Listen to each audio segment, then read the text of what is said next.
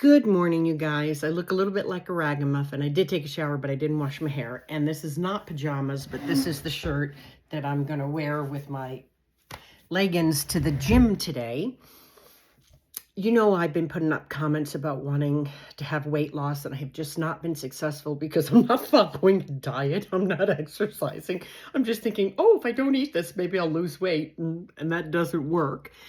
So I decided this is my next 3 months, I'm not even going to say a year, to give it a chance. And I signed up for a package, a 3-month package, once a week for half an hour at the StretchLab. And I've done 2 appointments so far. And at first I thought it was kind of, like the first time, like, really, what is StretchLab going to be? Because I used to be a bodybuilder, weightlifter, bodybuilder, and fitness person, but I just can't get myself motivated, and my weight is creeping up. So I signed up for that, and I thought, okay, that'll be a way to have more human contact in Colorado, because you guys know I'm very, very isolated here, which to me is like devastating for my life of 16 to 18 years in Italy. So I stretched really, really well. You know, the guy kept doing these bends, and he's like, is that enough? Is it hurting? I'm like, keep going, keep going. And so it proved to me that I am extremely liberal. I sometimes my English isn't right. Flexible. I'm extremely flexible, more than I thought I was, because I know in my mind what it was like when I did the training with a trainer 5 days a week, and I was doing the contests and the agility and all that stuff. I was 40 and I had hit the age of 18 on the fitness scale. Well, I'm 63 this month. So I then came back for the second appointment, and it happened to be Christmas between the two, and I kind of popped out some of the discs in my bra strap area because I was washing dishes at my girlfriend's. And so it's almost like a therapy session. So while they do all this stretching and bending and molding you, you're sitting there for a half hour talking like you're at a nail salon with your stretcher. But I can tell he did show me with this machine, I was favoring one knee. When you go to do the squat, you could see the system. So they're going to work on stretching the other side. So it's absolutely valid. So that's called the StretchLab. In addition to that, I went down to the community rec center. That's what it's called. And I have a free membership there because I'm on Social Security. There's a plan there that lets me get in for free, but I've been free for years. I just psychologically, I won't do classes because of my heart, and I have to be really careful what I do because of some of my health limitations. I sat with my daughter and we read the entire list of all the trainers, and we picked out maybe 4 trainers in order of preference. I then went and decided that for, I think it was 8 visits or 9 visits, I can't remember, and I don't even remember if I paid, but I did the paperwork and submitted the application, had to get their approval because of my health issues. And the first trainer was not available, but the second trainer was a female, and I will be meeting with her today. We'll do a 20-minute consult, and then after the consult, my goal is, I'm a little bit scared, but I'm going to set up 2 visits per week so she can get me back into having good form for the exercise, and maybe come out with an exercise plan that is really tailored to my situation. In the corner of my house in the kitchen, I have an elliptical machine, which I just don't get my big fat butt on. I bought myself this lovely weight bench that allows me to do my abs, which I had done, but then I'm not doing. I've got free weights, and I've got a fitness ball, and I got the Thigh Master, I'm looking at it, and the Butt Master. But what I think I'm going to do is tell her what I could do at home, pick one day a week at home to do the exercises she tells me to do at home, so that the hour session with her, 50-minute session with her, I'm not wasting it on things that I could do at home. But if she builds me the chart, here's Francesca, do this at home, and then you're going to do this with me 2 days a week at the gym, then she'll get to work on the opposite body parts. I do have myalgic encephalomyelitis, chronic fatigue syndrome, and although I am, as my expert in Miami said, I only 0.1% of 17 million people ever can succeed in getting in remission with that condition. And I had it very, very, very bad. Afterwards, we ended up finding out I had a bigger immune disorder, of which I do medical treatments of immunoglobulin in my thigh every week with 6 needles.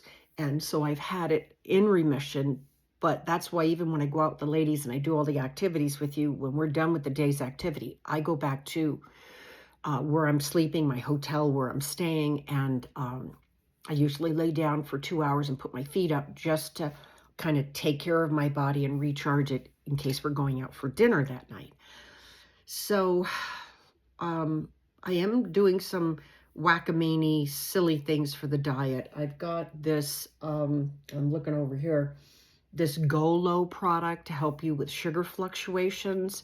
And even though it's not a medicine, different nurses and doctors said that their family members have had huge success. And it was actually Dawn's brother who's in this group. Dawn's in this group. Her brother had referred me to that product. So I'm taking that. I'm sticking in the Benefiber powder several times a day so that because I'm eating a bunch of protein shakes, and the protein shakes kind of clog me. And I've also started making once a day 3 tablespoons of chia seeds. And instead of putting any dairy product or cream with it, I'm doing kind of weird stuff. I'm just taking a cup and a half of warm water, 3 tablespoons of the chia seeds, putting them in a jar, putting in 4 stevia packets, because I like stevia.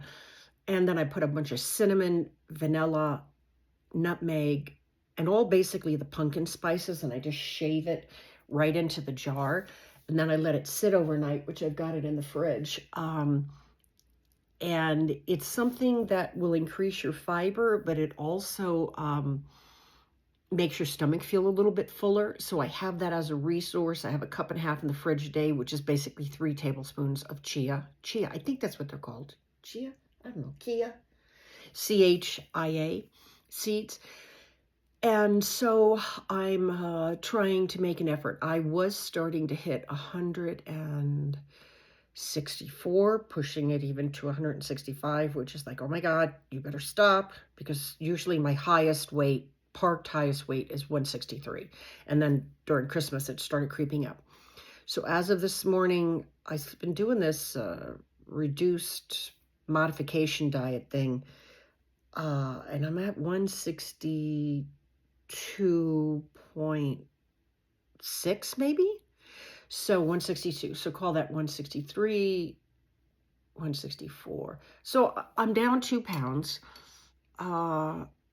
And I haven't put in any exercise. And it's only the 2 pounds is like 4 days, so I didn't even try to do that. So I do know that at least controlling myself with what I'm eating is working.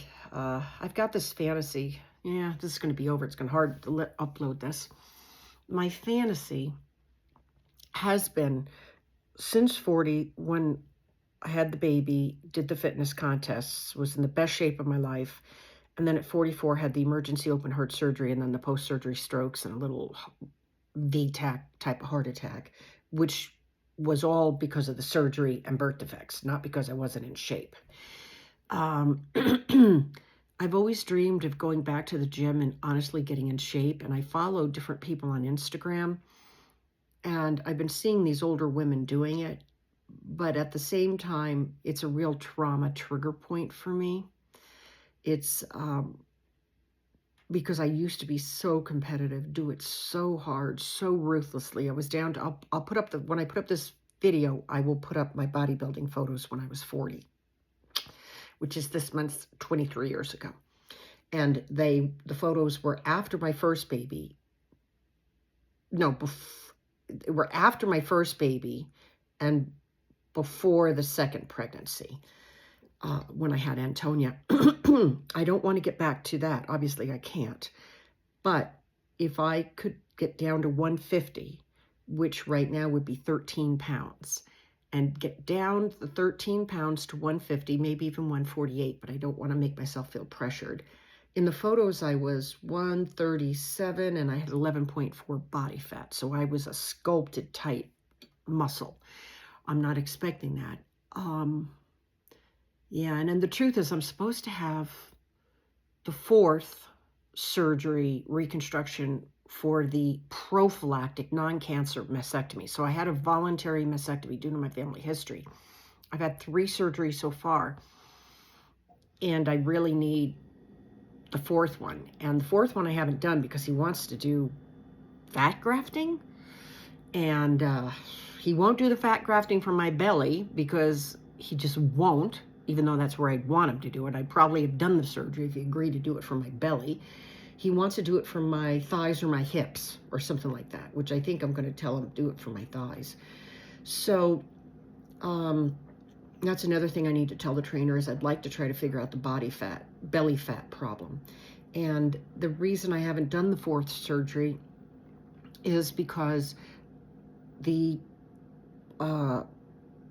body grafting, which I think they call it liposuction, scares the crap out of me.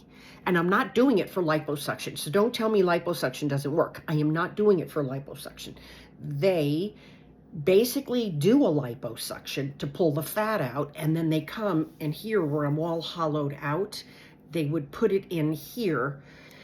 And the liposuction for the fat grafting scares the shit out of me, even though I'm not afraid of the reconstruction surgery, because I usually walk right through surgeries without incident, except for I'm on blood thinners, which that's why even more so the fat grafting scares me, because I'll have to get off my Eliquis to get on heparin shots, or it's not heparin anymore. That's what they used to. It's a new name.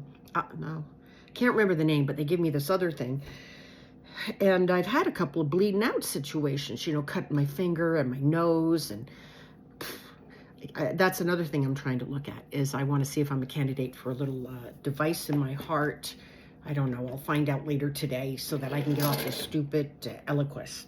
Anyway, so I'm going to meet my coach lady at, I don't know what time it is right now. I meet her at 10. It's not an exercise. It's just her writing up a plan. Bye, you guys.